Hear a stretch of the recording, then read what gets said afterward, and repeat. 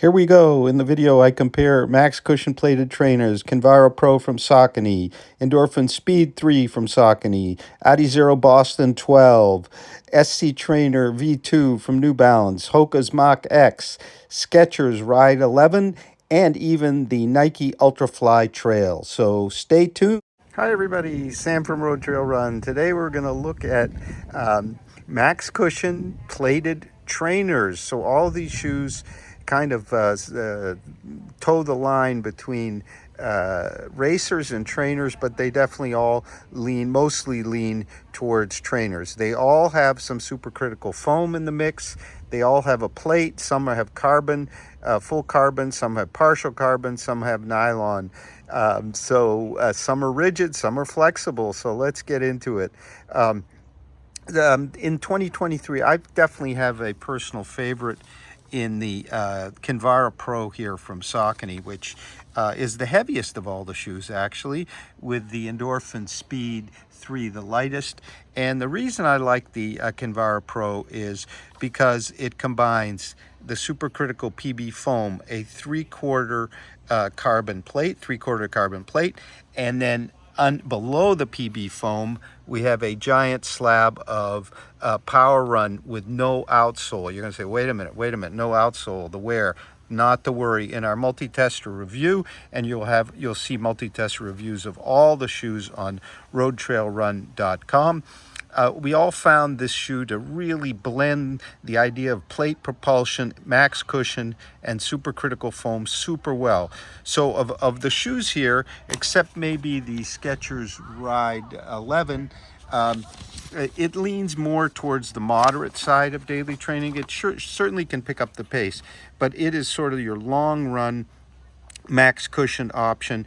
It has the highest stack height, even though it does, yes, the highest weight. The stack height usually associated with weight most of the time, 42.34, and it's $180. So I mentioned the Skechers Ride 11. Well, it is the budget option here. Also at $125 with a big Goodyear rubber outsole and a dual density new kind of hyperburst ice.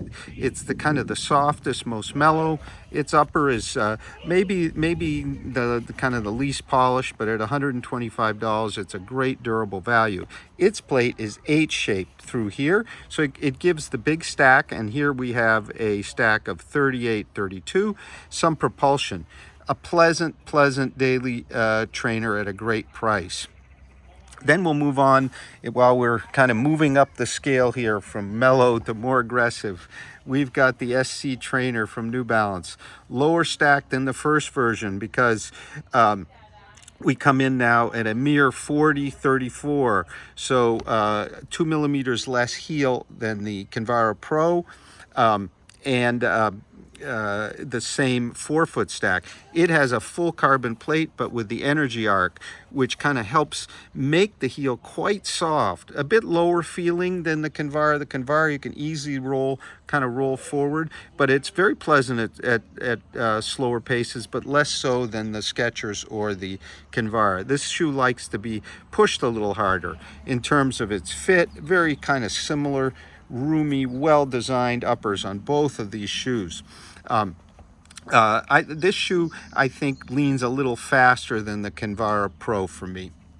Now let's move on. The next, well, let's go back to Saucony with the Endorphin Speed 3. It is the lightest shoe here at 8.1 ounces. It's almost 2 ounces lighter than the Kinvara Pro. So the Endorphin Speed 3 definitely bridges racing to training. It's a trainer for those who kind of like a springy, kind of very quite soft ride, and its plate is nylon, unlike the Kinvara Pro, and it is definitely, along with the Skechers, the most flexible shoe here in the lineup. Quite good upper. I could use a bit more hold with the softer foam. Quite stable because it now has a little bit of a wing to its plate, and definitely softer than the Speed 2. So this is sort of your fun, softer, speedier shoe. I forgot to mention or to show the flex here on the Kinvara Pro. Let's get into that. while it does have a 3/4 carbon plate, it has a touch of flex. There's a lot of nice roll forward here. You really feel it. Okay, so let's move on to the next one in our lineup. The Boston 12. We do have a video of the Boston 12. So it got lots of changes from the 11. Deeper Light Strike Pro, I think a bit softer too. A new, more resilient, kind of softer Light Strike flavor. Lots of outsole rubber, all good Continental. A bit shakier upper than some of the others here, especially through the midfoot. A bit light and a bit complex, but quite a roomy shoe. True to size. Everything here true to size for me at my 8.5. What I really like about the new Boston is we do have some flex, which the 10, 11 had very little of. It's more aggressive riding, max cushion daily trainer. So if you like it kind of firmer and snappier, it's the one to look at. There's plenty of cushioning. The Light Strike is really quite soft. The Light Strike Pro is quite soft. The new Light Strike quite also softer, but we got a lot of rubber, and that adds to the response. So I would call it the most responsive, along with the Mach X from Hoka we're going to talk about right now. So the Mach X. Oh, in terms of weight, the Boston 12 is 8.7 ounces. So looking at my list here, it is the second lightest after the Speed 3, and it has a 3730 stack height, so a bit lower than the Kinvara Pro and the SC Trainer. So the Mach X, very, very similar construction to the Kinvara Pro, except we do have an outsole. So we have a PIBA midsole, we have a P back, so a plastic plate, whereas over here we had carbon here, we had plastic in the Kinvara, in the Speed. So and then we have Hoka's compression molded EVA, quite firm and blocky heel. I would call it probably the most stable of these. Not overly firm heel, but we all found it a bit blocky and directed. So if you need a bit of pronation control, this is probably the best option of the group. It's the front. I like the front better than the back. There's nothing wrong with this heel, but it isn't very slow pace friendly, and it's a bit firm otherwise. Despite its nice stack, it comes in at 39.34, so one of the highest stacks, 5mm drop. So it is the lowest drop of any of the shoes at 5. And it has a really nice upper, kind of the most performance-oriented fitting upper of the bunch. So if you like a good performance fitting upper, this is the one to look at. In terms of flex, some snappy, you can see, similar to the Adidas, a little stiffer at this point, and not quite as flexible as the Speed. So this is kind of your stable, dependable option in the group. Finally, you're going to say, wait a minute, what's Sam doing? Over here, we have the Ultrafly from Nike.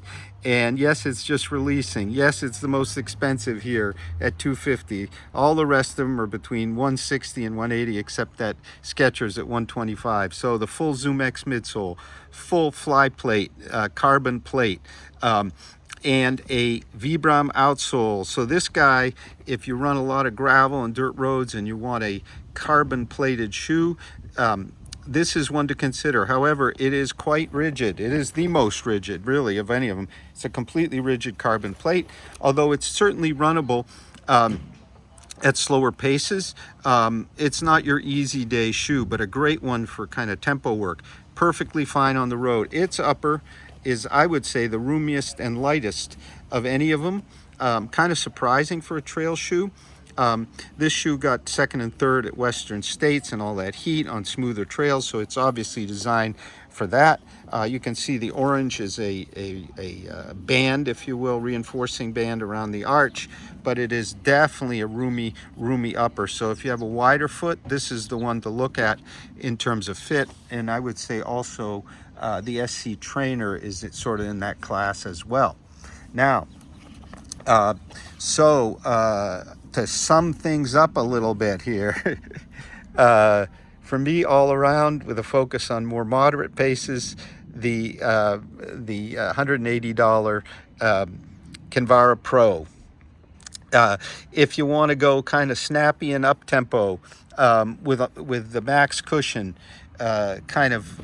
more cushion and quite a bit of stability. Then you look at the Boston and the Mach X, both quite similar, with the Mach X a bit more stable, and I think with a more performance fitting upper. If you want to go light and near max cushion, then you of course look at the Speed 3. It is along with the Skechers the most flexible. It is the lightest. It is the lowest stack of these. It's a great kind of all-around lighter up-tempo to racing option, but you can certainly daily train in it as well, but not quite at the level of cushion you got here in our Kinvara Pro.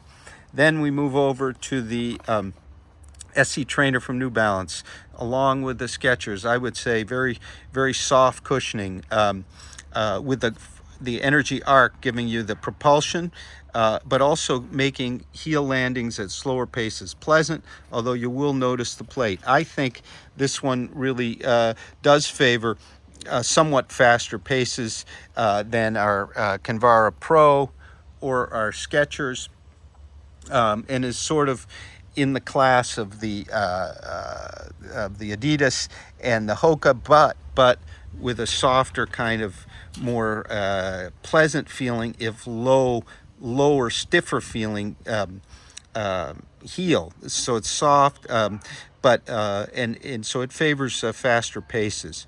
So we have individual reviews of all of them over on RoadTrailRun.com, plus a 10 shoe comparison, plated trainer comparison. So yet more than even here. Have a great run. Thank you very much for watching.